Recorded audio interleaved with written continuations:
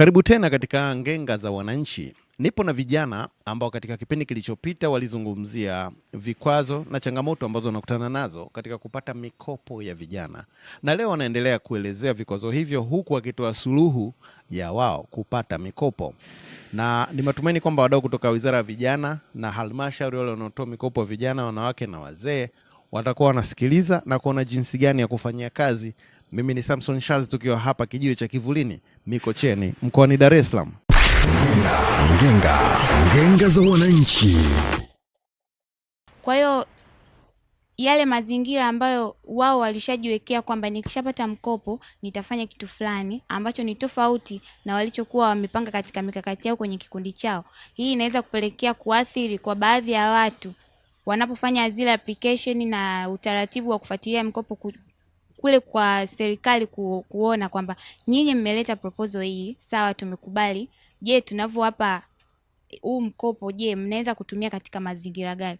Kwa hiyo serikali inatakiwa pia iangalie mazingira gani watakao kuwa wanawasaidia wale ambao wamepata mikopo ya serikali kwa ajili ya kutimiza lengo ambalo wao walikuwa wamefanyaje, wameliandaa. Kwa mfano, mtu amechukua labda milioni 20 katika kikundi cha watu 10.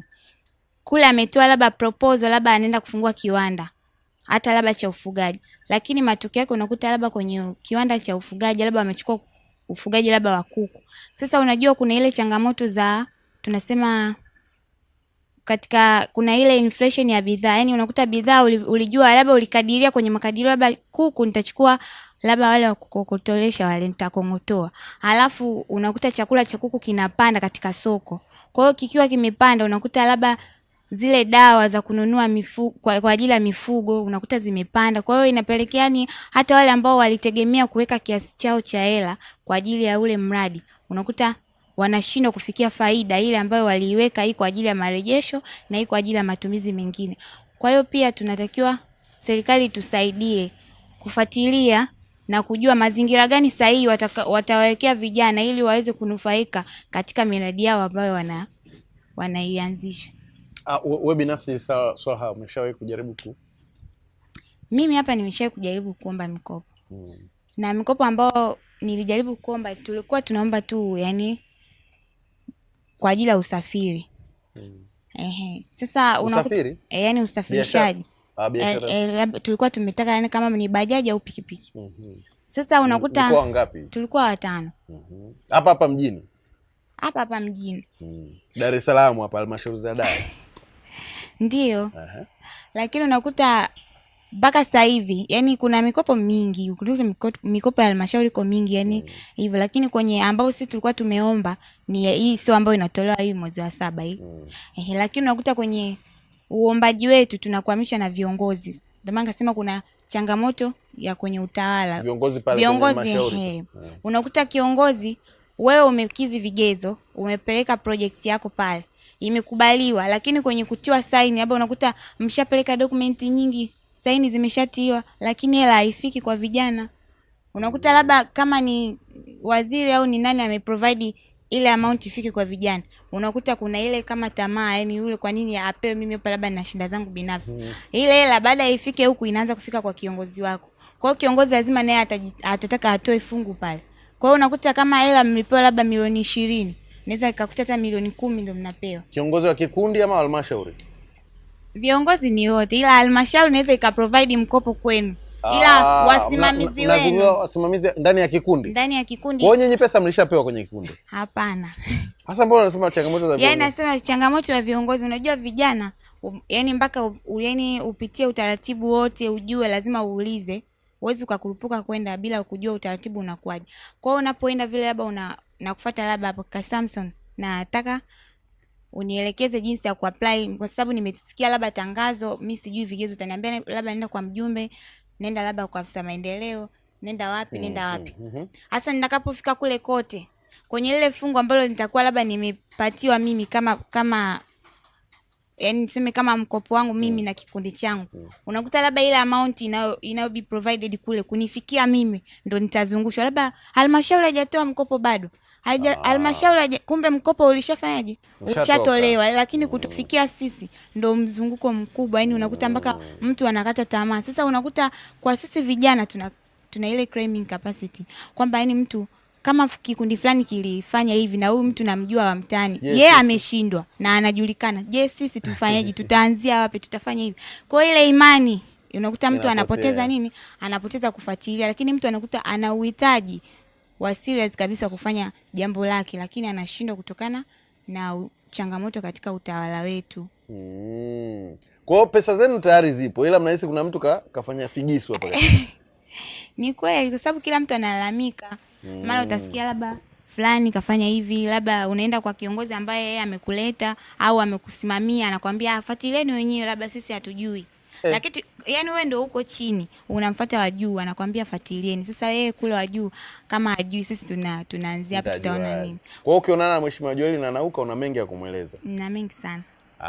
Huyu ni swala fuatilia zake mkopo, mambo yamekuwa sio. Karibu sana bwana. Asante. Kwa majina naitwa Mohamed Shabani, mwanafunzi wa Chuo Kikuu cha Dar es Salaam. Mimi naungana moja kwa moja na dada yangu hapa kuhusu swala la rushwa. Kwenye mikopo ya halmashauri vijana tunapitia mengi sana. Kila kijana akitaka kuomba unapitia changamoto ya rushwa, kwa sababu mimi kama mimi ni mmoja wa vijana ambao nilijaribu kuomba mikopo mwaka 2022 nakumbuka. Niliambiwa kuna mikopo inatolewa na halmashauri. Na moja vigezo tuliwaambiwa kwamba ya hapa mjini. Hapa mjini.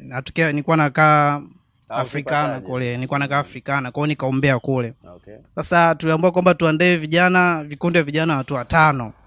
Sasa moja sababu changamoto kubwa tutakutana nao kwamba vijana wote inabidi tutokee pale pale mtaani.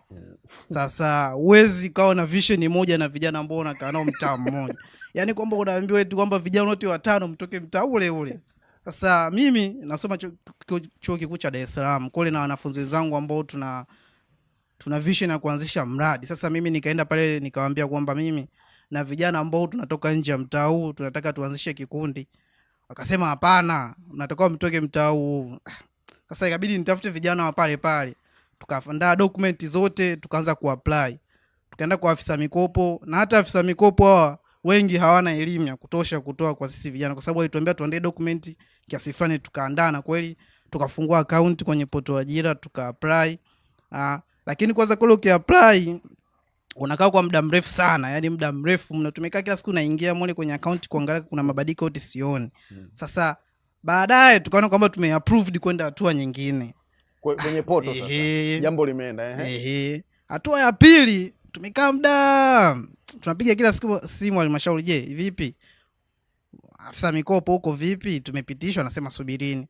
Baadaye tunakuja kuangalia kwamba tumecancel, wametucancel kwamba sisi kuna document moja pale imekosekana, tunahitajika kwamba tupeleke hiyo document tuweze kupita kwenye hatua nyingine. Sasa tukaenda mimi ikabidi nimfuate mashauri pale, nimuulize pale afisa maendeleo, nimuulize je, waliniambia niandae document hizi, je na nimeziandaa, lakini mbona kule juu nimekataliwa? Sasa ndo nikaanza kushangaa kwamba je, hawa afisa wa mitaani ambao wa maendeleo, je hawana elimu ya kuhusu kwamba vitu vinavyohitajika kuomba mkopo ni vipi? Hapo ndo nikashangaa, ikabidi tukate tamaa. Wenzangu wakasema hapa hamna kitu, hii mikopo bwana ni upigaji mtupu, hii mikopo ni kama tu dhana, ni siasa tu, hakuna mikopo. Na mimi mwenyewe nikakata tamaa nikaacha. Lakini na hapo mlikuwa mnataka shilingi ngapi? Mlikuwa mnataka shilingi ngapi? Tulikuwa tunataka milioni 3 tu. Tulikuwa 5, tulikuwa tunataka milioni 3 tu, kwa sababu tulitaka pesa ndogo ili tuanze kuandaa msingi wa biashara. Biashara gani? Lakini moja ya changamoto vijana wengi tunakutana nao ni kwamba biashara sisi hatuna. Mimi mwanafunzi wa chuo nakuta sina biashara yoyote, lakini wenyewe wanakuambia kwamba tuje tutathmini kwamba je biashara yako ina kiwango cha kiasi gani tuweze kukupa pesa. Sasa unakuta kijana hana biashara yote, unamwambia mimi ndo nataka nianze kufanya biashara. Sasa tukaanza kushagua je, mikopo ni kama inatolewa benki au maana benki lazima useme kwamba mimi waje kukague kama mimi hapa na biashara labda na kuku 500 na kutathmini je kwa mwezi unaweza kuuza mayai kiasi gani ndo tukupe hela. Sasa serikali tena unaniuliza kwamba mimi kijana na biashara gani? Mimi nakwambia sina. Mimi ndo kijana ambaye nimemaliza masomo, nataka nianze kuinuka, nahitaji mnipe mkopo nianze kufanya biashara. Lakini ukisema hivyo haupewi mkopo. Sasa tulikuwa tunashangaa hiyo ni kwa nini. Na swala la rushwa pia limekithiri. Vijana tuko takriban 75% kwenye sensa ambayo ilikuwa imefanyika mwishoni. Ukiangalia wimbi la kubwa vijana ni wengi mno. Sasa tunapoenda kuapply mikopo lazima kwanza mtenge kama shilingi milioni 1 ya kutoa rushwa. Hiyo ni swala la wazi na vijana wengi tunaona. Paka mkopo mnakuja kupewa kama mkopo ni milioni 5 utawafikia nye milioni 3, milioni 2 inachukuliwa na watu ambao wawasaidia. Sasa tunashindwa kuelewa, je, Wizara ya Vijana kupitia maafisa wake wa mikopo wanatusaidia vipi sisi vijana ili mikopo tuweze kujipata haraka? Mikopo tufikie kwa 100% tunayoiomba. Kama vijana nataka kopo milioni 5 basi mfikie milioni 5. Mliombwa? Mliombwa hiyo rushwa. Na baada ya mimi kuona kwamba zile magumashi zimetokea na wenzangu wakaniambia kwamba hii hamna kitu, akanikimbia. Sasa siwezi kuomba mimi peke yangu. Kwa hiyo nikaa nimekata tamaa, lakini baadhi ya vijana wenzangu nilivyowasikia kwamba ni lazima kwamba utafute hela watu wakusaidie. Waandae labda milioni 1 watu wakusaidie kufanyia application ya haraka, ni kama swala la rushwa. Na baada mkopo unakuja kufikia milioni 5 basi milioni 2 ushatoa rushwa. Sasa tunashangaa sisi vijana kwa nini hali hii inatokea. Tulikuwa tunamuomba waziri wa vijana ili swala liangalie sana. Wizara ya Vijana inafanya kazi nzuri, lakini wanaomuangusha unakuta ni watu wa chini huku kwa tamaa.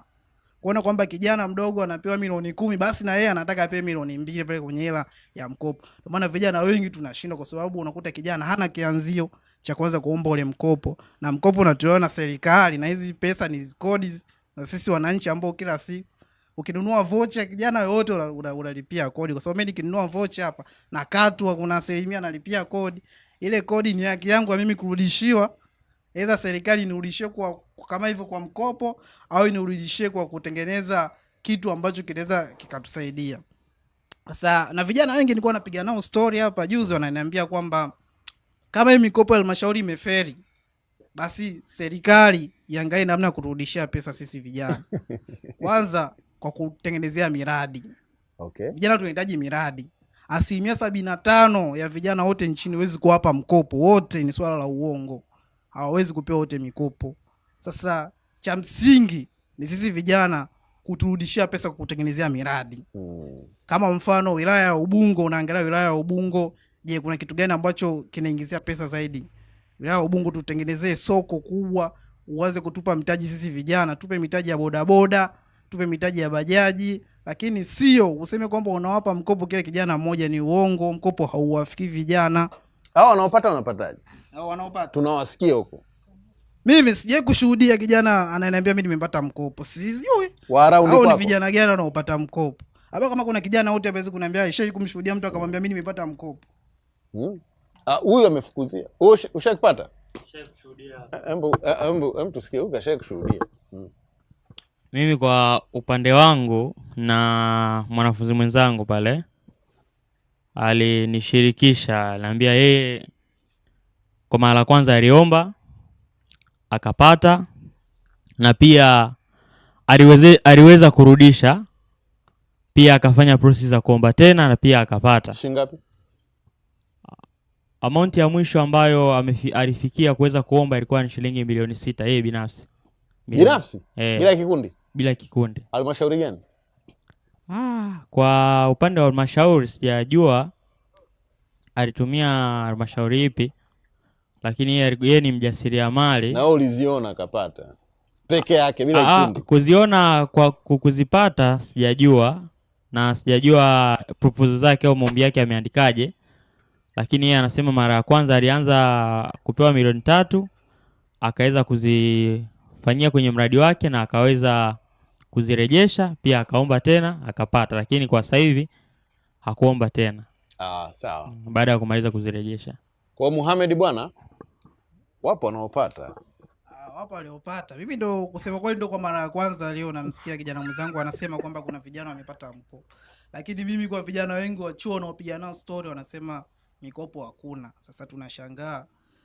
Nilipitia kwenye Wizara ya Vijana, niliangalia majina ya watu ambao walipata mkopo. Nimekagua labda kuna mtu ambaye ninayemjua yoyote, mwanachuo mwenzangu yoyote, labda nikana kagua mara 2 kwamba je kuna kijana wote amepata mkopo, lakini sikuona Sasa nashangaa hii Kama mikopo. hajaomba Ngenga za wananchi. Kwa leo tumehitimisha hapo, ambapo vijana wametoa changamoto mbalimbali walizokumbana nazo wakati wanakwenda kuomba mikopo, wengine wakiwa hawana taarifa za mikopo. Bado mawazo mbalimbali yataendelea kutolewa na vijana katika kipindi kijacho, kuona namna gani ambapo mikopo hii kwa vijana itawafikia wote ili waweze kustawi kiuchumi. Mimi ni Samson Charles kutoka hapa katika kijio cha Kivulini Mikocheni mkoani Dar es Salaam. Usikose kutufuatilia katika kipindi kijacho.